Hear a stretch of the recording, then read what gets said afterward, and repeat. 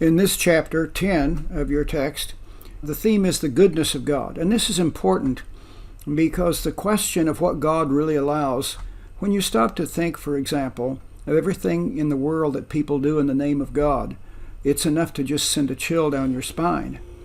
How could a God who is good allow things that would be contrary to his actual good nature? So it's very important as Christians that we understand this concept of the goodness of God. When we talk about the moral qualities of the divine being, it is very important to assert that the word good means the same thing to God as it does to us. So his good might exist on a higher level or be part of a higher plan, but it's qualitatively the same. If you ever have a vision of God in which his concept of good is qualitatively different from yours, then for all you know, evil is good and good is evil. And Christianity really cannot function or would not be valid in a system in which God would have a different understanding of good than good for his creatures. Goodness includes and indeed requires justice. And this is a theme that's often left out in modern theology. I'm impressed by all of the differing ways of viewing the atonement offered by scholars. They give different views of merit, of love. They give many different approaches to understanding what actually happened on Calvary.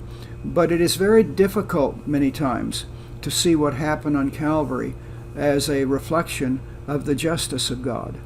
Somehow his justice was satisfied by that sacrificial offering.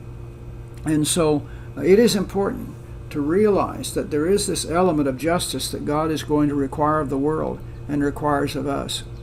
And just as he cannot be not good, he also will not allow evil. He will judge evil. So God does punish evil. And eternal punishment seems biblical. And here I am at a very simple state of affairs. What does the Bible say? And when all else fails and you don't understand certain concepts, perhaps it might be good to just go to the Bible and see what the Bible says and accept it. But our occupation should be with redemption. Martin Luther said there's actually two gods, the God we know and the God we don't know. Now, he didn't mean there's really two gods, but it's the idea that there's two aspects of God. And Luther said, the Bible tells me certain things that comfort me and tells me a great deal about them, things like heaven, how to be saved, how to live for God.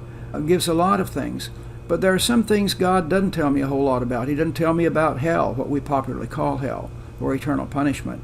He doesn't tell me if there's going to be degrees of punishment. He doesn't tell me exactly what eternal condemnation is going to be like. So this is the God I don't know. And Luther would say what I do focus on is the God that I do know. It's the God who loves me. And I know that justice is there, and I know that condemnation is there, but he does not leave that up to me. That's his province. So this means that proclaiming justice and working to bring it about should be a highest priority. God is a good God. He does not want suffering in the world. He does not want the evil that humanity inflicts upon humanity. And so this means that part of our message is proclaiming justice and deliverance to the afflicted and the captives in distress.